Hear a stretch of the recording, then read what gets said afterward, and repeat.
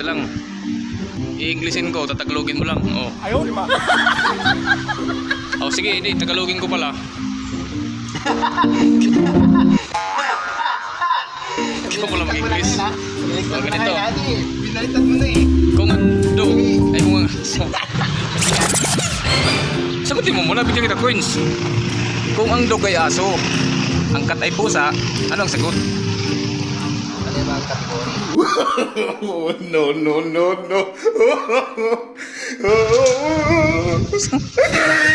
Hindi mo na gets. Ulitin ko ito, gets mo na ito pre, huli. Game, kung ang dog ay aso, ang cat naman ay pusa, ano ang sagot? Sinabi ko na. Pagkutungan. So, sinabi ko na pre. Tayo. Ano ka ba pre? Hindi mo nagigits pre! Kung ang dog ay aso, ang cat ay pusa, anong sagot?